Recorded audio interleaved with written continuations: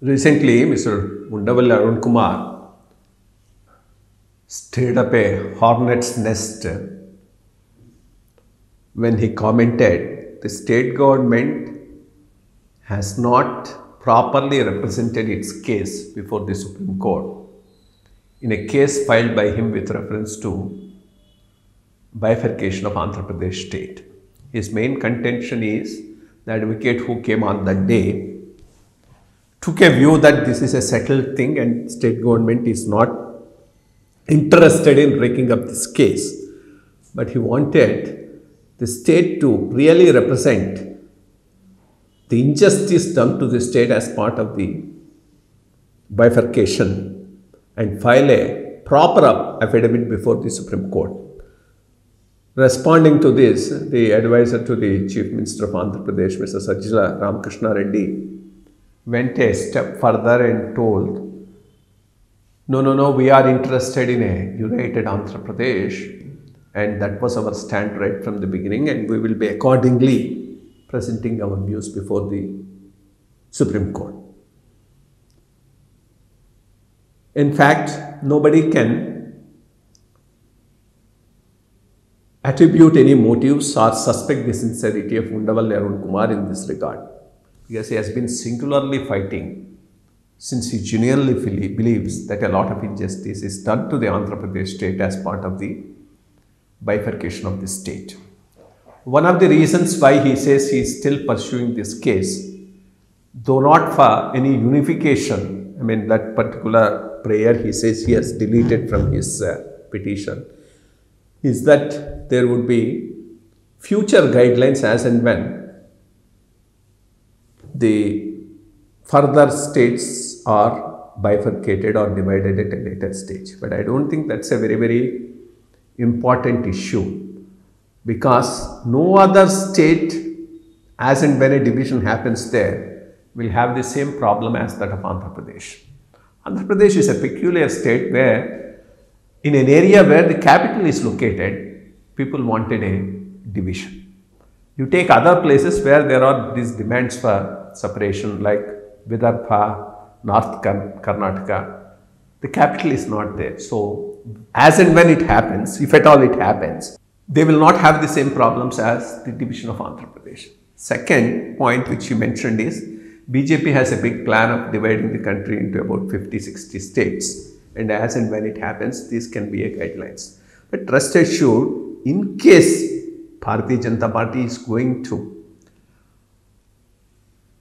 form that many number of states in the country, there will definitely be a commission like the Fasalali Commission appointed in 50s by Nehru, and issues will be examined at a broad national level and some principles laid down and divisions done. So this particular case or what happened here may not be a great, may not give that much of a guidance as and when those things happen. But in any case, he wants to sincerely present to the people that the manner in which the division was done was not proper. And to that extent, maybe once the case goes through and the Supreme Court hears it, we'll add something more about it. But the response of Mr. Sajjala Ramakrishna Reddy to this was a little peculiar. He is telling that we will be interested in the United States. In fact, 2014, if at all there is one party which was in private wishing for an early division of the state, it was YSRCP, because they knew in Telangana they had no hold, and if the elections were held in the United States, they had no chance of coming to power. But today, in a very hypothetical situation to a hypothetical issue, he gave a hypothetical answer stating that his party would be interested in the United States, which in any case is not going to happen, which is not an issue at all, even is not an issue with reference to the prayer that Mr. Vundavalli Arun Kumar has made before the Supreme Court. Mr. Vundavalli Arun Kumar incidentally was also mentioning the state government should fight for the promises made by the central government at the time of the division of the state and get the due whatever is due to this Andhra Pradesh state. It is this aspect I would like to dwell upon a little detail in this particular video. The division issues can be bifurcated into three. One, the issues which have a bearing between Andhra and Telangana. Two, the promises made by the central government as part of the Bifurcation Act.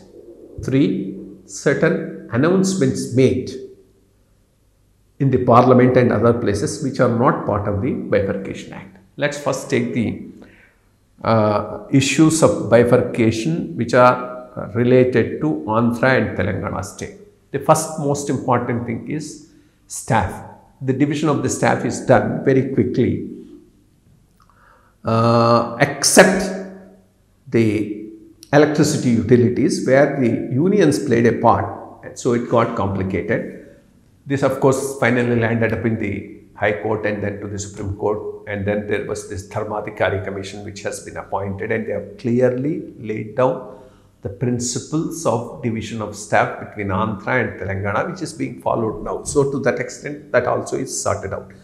So the staff wise, there is no issues. That brings us to Schedule 10 and Schedule 9 institutions. That is also bifurcated. On that also there is no issue. So that brings us to Schedule 9 and Schedule 10 institutions. Schedule 10 institutions are those institutions which are located exclusively in Hyderabad, but which had a jurisdiction all over the state.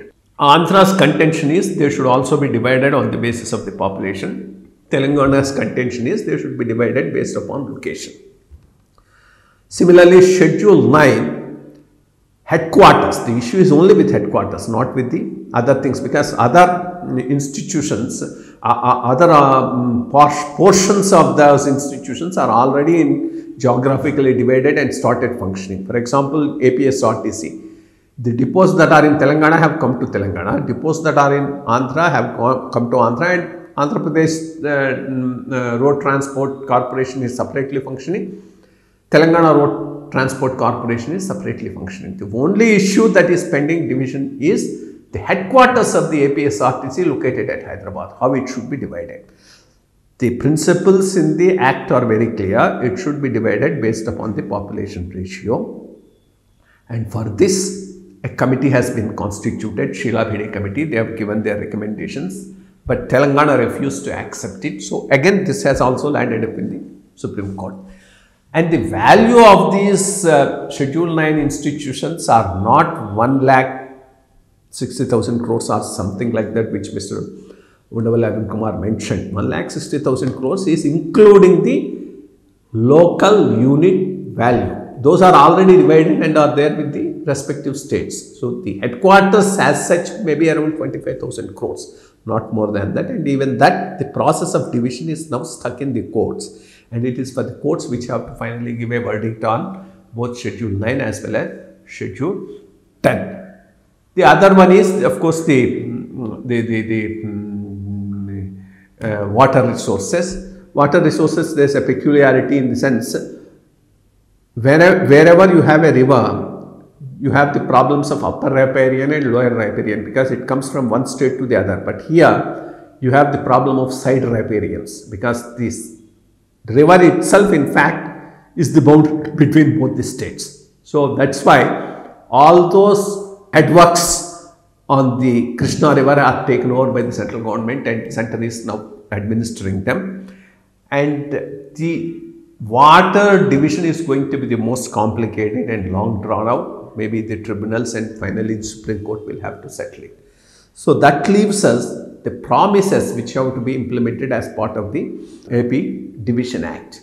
Schedule the educational institutions which were promised. All of them are already established and running. Running in fact quite early. There is a time of 10 years given for their completion, but within 5 years they have already been made functional. So that's one thing for which one has to give credit to the central government, which none of us will give, and keep on accusing them as if nothing has been done. So as far as the education institutions are concerned, all have been established except the Petroleum University, that again could not be established because the land has not been located and given over as required by the state government. Then the infrastructure institutions. As far as the infrastructure things are concerned, modernization of the airports has already been done as promised by the central government. Dugirajapatnam port was promised by central government, but there was an environmental issue. They were willing to consider an alternative for it, but state government wanted to take up the construction of the Ramayapatnam port. Instead of declaring it as a major port, they declared it as a minor port and taken it over. If they have declared it as a major port, definitely the whole funds would have come from Government of India, but of course the management also would have been with Government of India. This is something peculiar with the state government, both Telugu Desam as well as YSRCP. They want central funds, but they want local contracts. The Ramayapatnam port, they want the Government of India to give the funds, but the management, construction, everything, they want to do it. I think that's a very central government would accept for that. Similarly, Polavaram, which is what should have been implemented by Government of India, state government took over. And now you blame the center and you inflate the estimates and the rates. So this is something that's going on with the state government. So that leaves out the port issue. And then Vizag-Chennai Industrial Corridor is already operationalized and is functioning. So that's another thing which has been implemented by Government of India.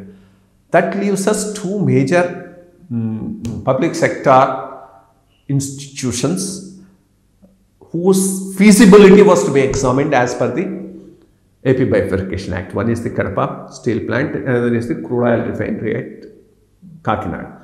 Both on examination are found to be unviable. Second, as on date, central government as a matter of policy is not setting up any PSUs. Nowhere in the country. So these two PSUs will be set up separately when there is no specific bifurcation act mandate. It may not really happen. But HPCL refinery at Vizag has been expanded with a huge investment, even though this new greenfield one has not been taken up. The best way of doing this would be whatever is the investment that is going to come for the Kadapa steel plant or for crude oil refinery at Kakinada, quantify that, ask for funds, additional funds under different schemes of Government of India in terms of infrastructure, roads, railways, smart cities, etc. Maybe that amount can come in that form. But for that, the state government should have a clear idea of giving a form end to these bifurcation issues. But both Telugu Desam as well as YSRCP politically feel keeping it alive without getting the funds will give them the advantage of making noise as and when required, even though state may suffer, because of which state is actually suffering today. If they have come with a concrete proposal of getting that much of investments in different fields for the state, as part of the existing central government schemes as an additional amount, maybe by now this issue would have been sorted out without any problem. So this is as far as the infrastructure projects are concerned. As far as Polavaram is concerned, today the issue is technical. You have been neglected, not properly done it. You got stuck with the technical issues which need to be sorted out. Funds as required have been given and central government is willing to give further funds. But then first the construction has to go out, and for that the technical issues need to be sorted out. Then the resource gap for the year 2014-15, where a bloated amount, including all the freebies that the then government was trying to give, was pushed into that, and a huge amount of about 16,000 crores was asked from Government of India. Government of India has committed itself to whatever is the actual additional expenditure because of division, came to that about 4,000 crores and has given it. A little more is due and which they are willing to give it. As far as the backward area grant is concerned, it's about 50 crores per district for those 7 districts, both Rayalaseema as northern Telangana, spread over a period of I think 7 years, which is coming to about 2,100 crores. Out of it, 1,750 crores is given. Balance they are willing to give. Government of Andhra Pradesh is yet to submit the UC for the earlier amounts that they have taken. So that's where it stands. Always this is confused with a Bundelkhand package. When you talk of Bundelkhand package, what they have done in Bundelkhand package, they also gave the same amount, 50-60 crores per each district for about 5-year period, included other schemes that are being implemented in that particular district and called it a Bundelkhand package. You also include all those schemes which are coming, MNREGS and other schemes, and include it, it also becomes equal to that or more than that. Without doing that, you exclude it here, include it there, and then say, I should get about 20,000 crores. It's ridiculous. These are the type of jugglery that some of these media people and some self-proclaimed intellectuals are doing. And since it is to the advantage of the local regional parties, both the Telangana and Telugu Desam as well as YSRCP are happy to allow the issue to linger on without giving it a